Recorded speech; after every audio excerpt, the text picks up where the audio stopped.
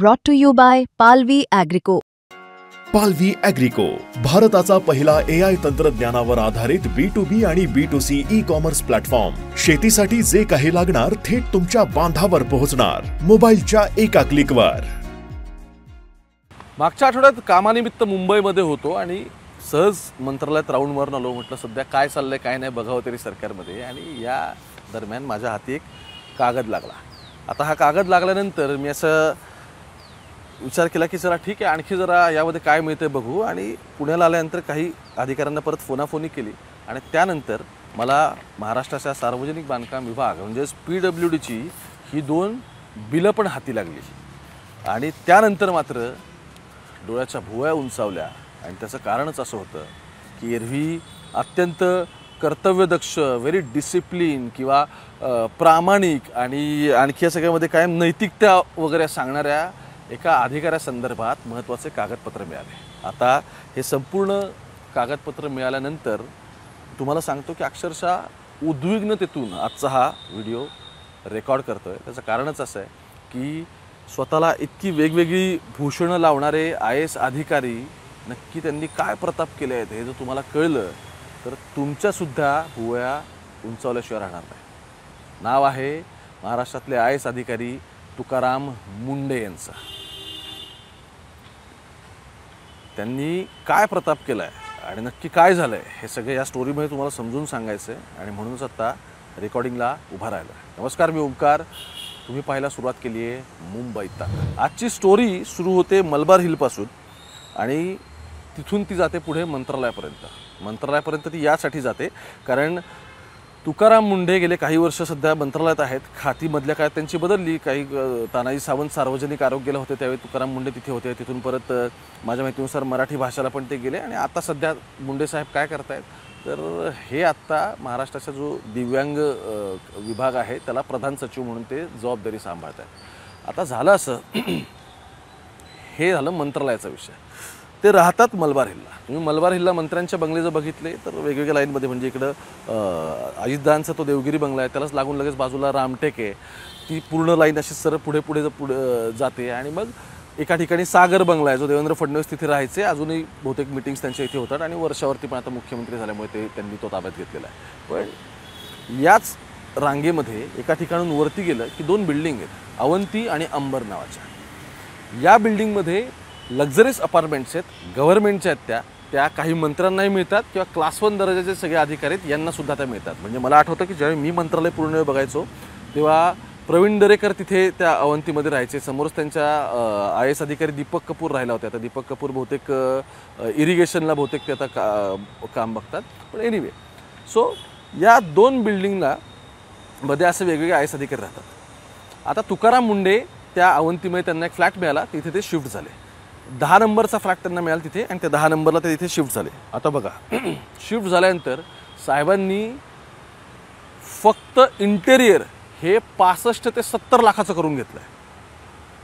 त्यांनी घरात किती खर्च केला हा पत्रकार म्हणून तसा माझा मुद्दा नाही पाहिजे. पण मुद्दा असा आहे, त्यांनी पुढे ही सगळी बिलं PWDला पाठवली आणि PWDने ही सगळी बिलं सँक्शन केली. आणि त्यानंतर असं दिसलं की तुमच्या आमच्या करामधून जे सरकारकडे पैसे जमा होतात त्याच्यामधून हा संपूर्ण खर्च करण्यात आलेला आहे.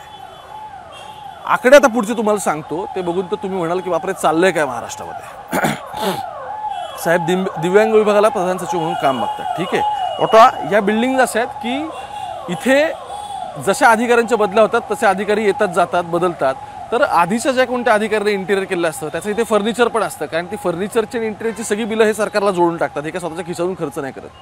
म्हणजे पुण्यामध्ये राजेंद्र भोसले जेव्हा पालिका आयुक्त होते तर त्यांनी जेव्हा त्यांचा पालिकेचा बंगला सोडला तर त्यावेळी सरकारच्या ज्या काही जुन्या तिथे वस्तू होत्या आणि काही अँटिक्स जिथे ठेवण्यात आलेले होते ते पण तिथून गायब असल्याचं समोर आलेलं होतं. एनिवे, अवंती बिल्डिंगमध्ये हे शिफ्ट झाले. शिफ्ट झाल्यानंतर यांना स्वतःच्या आधीचं जे फर्निचर होतं आणि आधीच्या अधिकाऱ्यांनी तिथलं जे सगळं नीट इंटेरियर केलेलं होतं ते यांना नव्हतं पाहिजे. यांना यांच्या मर्जीनुसार आणि यांच्या सोयीनुसार ते सगळं पाहिजे होतं. म्हणून यांनी जवळपास 65 ते 70 लाखांची बिलं काढली. तुम्हाला सांगतो काय काय साहेबांनी करून घेतले ते बघा. आता या बिल्डिंगमध्ये IPS अधिकारी काही असतात, पण मोस्ट प्रॉब्लेमली ॲडमिनिस्ट्रेटर तिथे राहतात. IPS अधिकारी निलिमा वगैरे आणखी अशा 1-2 वेगवेगळ्या बिल्डिंग आहेत तिथे ते राहतात. आता 4 वर्षापूर्वी ह्या दोन्ही बिल्डिंगच्या म्हणजे अंबर आणि अवंती ह्यांच्या बिल्डिंगच्या डागडुजीसाठी PWDने जवळपास 8.5 ते 9 कोटींची बिलं काढली की बिल्डिंगची डागडुजी करायची आहे या दोन्ही, आणि बांधायची नाही बिल्डिंग, डागडुजी फक्त करायची आहे, रंग वगैरे करायचं आहे, कुठे क्रॅक्स गेले असतील तर ते करायचं आहे. तर याच्यासाठी 8.5 ते 9 कोटींची बिलं PWDने 4 वर्षापूर्वीच काढलेली होती. ती पण मी आत्ता सोबत आणलीत. ठीक आहे. त्यानंतर साधारण व्यवस्था काय असते बघा, कोणताही मंत्री किंवा कोणताही अधिकारी त्या बंगल्यावरती किंवा त्या फ्लॅट अलॉट झाला असेल तिथे राहायला गेल्यानंतर तो त्याच्या अनुषंगाने तिथे गोष्टी अकॉमोडेट करू शकतो. याला काही म्हणजे ह्यात काही चुकीचं किंवा गैर असं नाही. मुद्दा असा आहे की ऑलरेडी फर्निचर असताना, ऑलरेडी त्या ठिकाणी अधिकाऱ्याने इंटेरियर सगळं जुनं होतं ते सगळं करून घेतलेलं असताना फक्त माझ्या मर्जीनुसार आणि मला पाहिजे त्या कलरचं इथे नाही आहे किंवा मला आवडीचा सोफा इथे नाही आहे, अशा गोष्टींसाठी जेव्हा अधिकारी आणि मंत्री महोदय खर्च करतात तेव्हा ते जनतेच्या पैशातून करत असतात, ते काय स्वतःच्या खिशातून करत नाहीत. मी तुम्हाला ह्यात तर आपण पुढे जाऊच. त्यांनी काय केलं बघू. एकनाथ शिंदे मला आठवते रवी भवनला म्हणजे नागपूरला जेव्हा हिवाळ्या अधिवेशनाला जाणार होते तिथे देवगिरी नावाचा आणखी एक बंगला आहे, तर त्या बंगल्यावरती फक्त हिवाळ्या अधिवेशनासाठी डागडुजी करायची, साहेब राहायला येणार म्हणून जवळपास ₹1.25 कोटी खर्च करण्यात होता फक्त बंगल्याची डागडुजीसाठी, रंगकाम करण्यासाठी आणि आणखी काही चेंजेस करायचे असेल तर इतका खर्च करण्यात आला. आता आपण परत मुंढेंकडे येऊ. मुंढेंनी काय केलं बघा, 10 नंबरची त्यांची इथे अवंतीमध्ये सदनिका आहे, त्या सदनिकेसाठी त्यांनी एवढासा खर्च केला. त्यामध्ये ₹70,000 फक्त शॉवरच लावला आहे. म्हणजे जो शॉवर बसवला आहे त्याचं बिल ₹70,000 PWDने काढून दिलं बघा. इतकंच नाही, फ्लोरिंग त्यांनी करून घेतलं, त्यानंतर म्हणजे फरशा बदलल्या, प्लास्टर काही ठिकाणी करायचं होतं ते म्हणजे बघा. जी बिल्डिंग 4 वर्षापूर्वी ज्या बिल्डिंगची डागडुजी बऱ्यापैकी झालेली आहे त्यातल्या सदनिकेचे मात्र साहेबाला वेगळं पाहिजे. ठीक आहे. मग त्यानंतर प्लास्टर करायचं असेल, त्यानंतर रंगकाम करायचं होतं ते करायचं होतं. किचनमध्ये त्यांना चेंजेस हवे होते, तर त्या किचनच्या चेंजेससाठी जवळपास 12 ते 15 लाख रुपयाचा खर्च आहे. पुढं त्यांचं वॉशरूम आणि त्यानंतर बाथरूम म्हणजे स्नानगृह ज्याला आपण म्हणतो ते, आणि त्यानंतर शौचालय, अशा दोन्हीसाठी खर्च केलेला आहे. त्यातलं शॉवरचं मला इथे दिसतंय व्हेरी क्लिअर की हे बिल निघालं आहे शॉवरचं, हे ₹70,000 त्याचं फक्त शॉवरचं बिल काढलं आहे. ओके. त्यानंतर फक्त इतकंच नाही तर घरातल्या फर्निचर, त्यानंतर सोफा त्यांनी करून घेतला. आधीचं ते म्हटलं मला नको आहे अधिकाऱ्याचं, ते केलं. दरवाजे परत नवीन त्यांनी सगळे करून घेतले. खुर्च्या आणि महागड्या वस्तू अशा सगळ्या गोष्टी करून साहेबाने जवळपास 65 ते 70 लाख रुपयांचं या सगळ्यामध्ये बिल काढलं आहे. ते बिल PWDला दिलं आणि वारे अधिकारी हे बिल त्यांनी सँक्शन पण केलं. आता फक्त इतकंच नाही, बांधकाम विभागाचं जेव्हा हे सगळं बिल निघालं त्यावेळी एक प्रश्न पडला की अरे मग हे सगळं कोणाच्या भल्यासाठी चाललं आहे. बांधकाम विभागाला विचारलं तर ते म्हटले आम्हाला ह्याच्या अजून माहिती नाही आहे, मी माहिती घेतो आणि मग सांगतो. अधिकारी हेच सांगणार. ठीक आहे. आता एकीकडे सरकार म्हणते की तिजोरीत पैसे नाही आहेत, शेतकऱ्यांना द्यायला पैसे नाही आहेत, कॉन्ट्रॅक्टरचे पैसे काढायला पैसे नाहीत. जर तिजोरीत पैसे नाही तुम्ही म्हणताय, महाराष्ट्रावरती 9.5 लाख कोटींचं कर्ज झालेलं दिसतंय, आपण आपला अर्थसंकल्प डिफिसिट आपण तुटीचा अर्थसंकल्प मांडतोय, अशावेळी अधिकाऱ्यांना द्यायला मात्र आणि त्यांची पटापट PWDतून बिलं काढायला मात्र पैसे आहेत हे या सगळ्या कृतीवरून दिसतंय. आता ही जी अवंती आणि अंबर ह्या जे काय आहेत इथे जे अधिकारी राहतात ह्याचं हे आत्ताचंच नाही, याच्या आधीसुद्धा इथे छोट्या छोट्या गोष्टींसाठी लाख लाख रुपयाची बिलं काढलेली अगदी याच्यासाठी, आणि एवढा खर्च या बिल्डिंगवरती झालेला आहे. बरं, अधिकारी का तिथे एकदा आला की कायम राहत नाही, तो येतो 1 वर्ष राहतो, 2 वर्ष राहतो. बरं, तुकाराम मुंढेंचा इतिहास पाहता ते 6-6 महिनेच कुठं ना कुठं राहिलेले आहेत. उद्या त्यांची परत बदली आली तर मग माझं असं म्हणणं आहे की इतक्या कमी वेळासाठी तुम्ही राहणार असाल तर त्यासाठी इतका खर्च करणं सरकारी पैशातून, जनतेच्या खिशातून, हे तुम्हाला कितपत योग्य वाटतं ह्याचं उत्तर तुकाराम मुंढेंनी दिलं पाहिजे. पुढे अधिकारी आहेत तिथे किंवा ते फर्निचरसाठी खर्च करतात किंवा नेहमी काय होतं की जुनं फर्निचर असतं, जुनं म्हणजे आधीच्या अधिकाऱ्याने केलेलं ते नवीनच फर्निचर असतं, आधीच्या मंत्र्याने केलेलं ते नवीनच सगळं इंटेरियर असतं. पण ते तसं नाही पाहिजे, माझ्या सोयीनुसार मला पाहिजे, माझ्या आवडते रंग पाहिजेत आणि माझ्या हवं ते डिझाईन पाहिजे.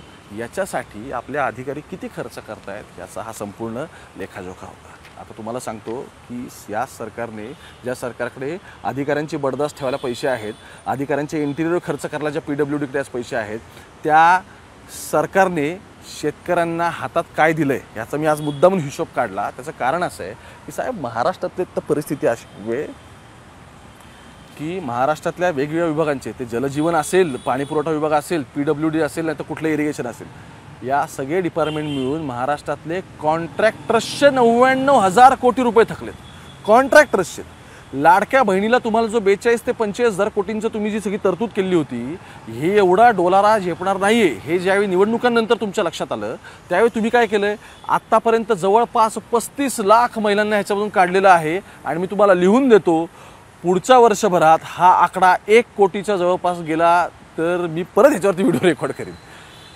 त्यामुळे वेगवेगळे तुम्ही परत अटी टाकताय, त्याच्यामध्ये आणखी अटी याच्या आधी ज्यांना लाभ मिळालाय त्यांचे लाभ तुम्ही काढून घेतले का? तुम्ही म्हणताय आता हे नियमात बसत नाही. निवडणुकीच्या वेळी बरं त्या नियमात बसवत्या, ठीक आहे, ही सगळी परिस्थिती आहे. दुसरं, ज्यावेळी महाराष्ट्रातल्या शेतकऱ्याचं कंबरडं मोडलंय, बॉस आज जगायला पैसे नाही त्याच्याकडे. मी तुम्हाला आणखी एक एक्सपिरियन्स या व्हिडिओच्या शेवटी शेअर करीन. कारण काय आहे, अधिकाऱ्यांनी फक्त इतका खर्च केला आणि काय याच्यापुरतं हे प्रकरण मर्यादित नाही आहे. तर सदनिकेसाठी जे काय केलं ते तर ठीक आहे, फर्निचरसाठी पण त्यातले जवळपास 20-1 लाख रुपये वापरलेले आहेत. फक्त फर्निचरसाठी, इंटेरियर नाही, सोफा खुर्ची टेबल घेण्यासाठीचे हे सगळे पैसे आहेत. ह्याचं पण एकदम क्लिअर इथे सगळं दिसतंय. आता मी तुम्हाला सांगतो, शेतकऱ्यांसाठी तुम्ही पॅकेज किती केलं? 31,000 काहीतरी 600 असं तर पॅकेज, 31,600 दरम्यान तुम्ही सांगितलं की आम्ही इतकं सगळं केलं. मग मुद्दा असा आहे, काय हे कोणाची फसवणूक करताय तुम्ही? ह्याचे आकडेवारी मी तुम्हाला आता देतो. NDRFकडून 10,500 कोटी साधारण दरम्यान आकडा होता, जो NDRFचा त्याच्या निकषाअंतर्गत ते होतं, जे केंद्राचं असतं ती मदत शेतकऱ्यांना मिळणारच होती. याच्या व्यतिरिक्त इतर योजनांमधल्या ज्या पायाभूत सुविधांसाठी ठेवलेली जी रक्कम होती त्याच्या तरतुदीमधले आणखी 10,000 कोटी काढले, ठीक आहे. पीक विमा जो संभाव्य आहे की पीक विमा एखाद्या शेतकऱ्याकडे नसेल तर त्याला नक्की कोणत्या लाभाखाली घ्यायचा हा एक आणखी प्रश्नच आहे. पण ज्या शेतकऱ्यांनी पीक विमा काढलाय तो 100% विमा प्रत्येकाचा कव्हर होत नाही. जेवढी शेती गेलेली आहे, जेवढ्या त्या पिकाचं नुकसान झालेलं आहे त्याचाच विमा कॅल्क्युलेट होतो. तुम्ही आजारी पडल्यानंतर तुम्हाला 100% त्याचा पॉलिसीचा लाभ होईलच याची काही शाश्वती नसते. त्यामुळे तसंच पीक विम्याच्या बाबतीत पण आहे.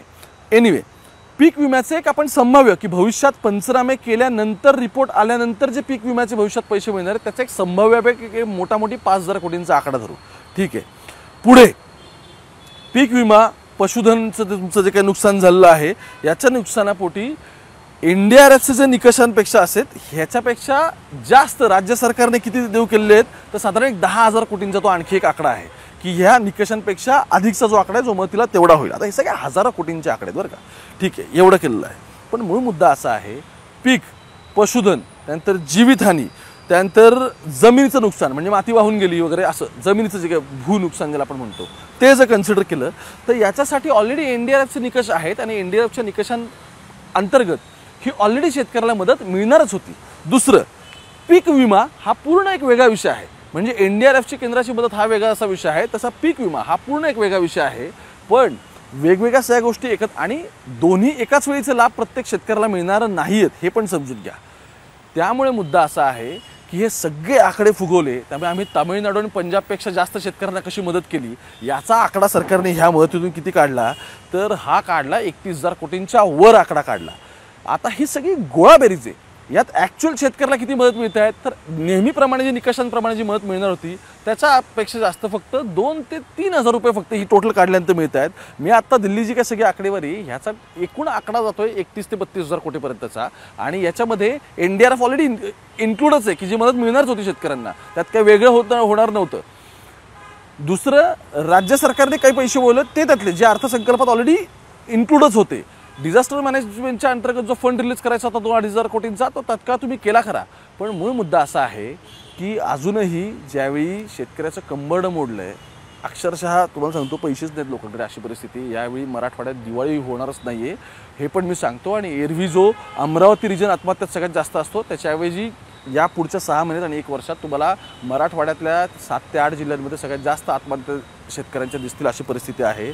असं असतानासुद्धा ठरलेल्या निकषांप्रमाणे जर मदत मिळणारच होती तर आकड्यांची गोळीबारीच करून हे पण आहे ते पण आहे ते पण आहे असं सगळं सांगून आमच्या खिशातून आम्ही एवढे पैसे टाकले, हा जो काय आविर्भाव आणला होतो ना हा खोटा आहे. ह्या सगळ्या संदर्भातले माझ्याकडे अगदी डिटेल डॉक्युमेंट आहेत, त्याच्यावर तुम्ही आणखी वेगळा व्हिडिओ रेकॉर्ड करणार आहेत. आणि मला आज मी जसं व्हिडिओच्या सुरुवातीला म्हटलं की हा उद्विग्नतेतून रेकॉर्ड केलेला व्हिडिओ याच्यासाठी आहे की ज्यावेळी तुम्हाला अधिकाऱ्यांच्या घरातले इंटेरियर करण्यासाठी तुम्ही एवढे पैसे देताय, त्याची बिलं तुम्ही ओव्हरनाईट काढून घेताय आणि मंजूर पण करताय. त्यांना सोफा फर्निचर पाहिजे 20 आणि 25 लाखाचं, त्याच्यासाठी सुद्धा पैसे आहेत आणि ते पण सरकार लगेच PWD खात्यातून पटापट मंजूर करतायत. पण आज शेतकऱ्याच्या तोंडाला पानं पुसण्यासाठी सुद्धा तुम्ही वेळ दिलेला नाही. एवढी वाईट परिस्थिती आज. पैसे तर जाऊ दे आणि बांधावर गेल्याचे व्हिडिओ आहेत ना ठीक आहे, तेवढ्यापुरतं ते बरं वाटतं, पण शेवटी याच्या खिशात पैसे जाणार नाही आहेत, त्याचा सगळ्यात महत्त्वाचा प्रॉब्लेम. आणि मुळात मुंडे साहेबांनी सुद्धा या सगळ्याचं एक्सप्लेनेशन दिलं याच्यासाठी पाहिजे की ते एरवी खूप डिसिप्लिन ऑफिसर आहे, प्रामाणिक आहे, कर्तव्यनिष्ठ आहे, हे सगळं सांगत असतात. हे नक्की काय एवढं सगळं साहेब आहे, जरा याचे उत्तर येऊ द्या, लोकांना बरं वाटेल. मी काल रात्री एका नांदेडमधून शेतकऱ्याचा फोन आला होता, सहज बोलणं चाललं होतं, अल्पभूधारक आहे, 1.98 म्हणजे 1.5-2 एकर शेती त्याची. तो म्हटला साहेब आता दिवाळी जाऊ दे, म्हटला कीटकनाशक प्यायला माझ्या खिशात पैसे नाहीत. म्हटलं काय? म्हटलं कीटकनाशक प्यायला माझ्या खिशात पैसे नाही. साहेब हिशोब पाहिजे बरं काय सगळ्याचा. मुंबई तक बघत राहा. कॅमेऱ्यापासून गोपाळसोबत ओंकार वाबळे, पुण्यावरून.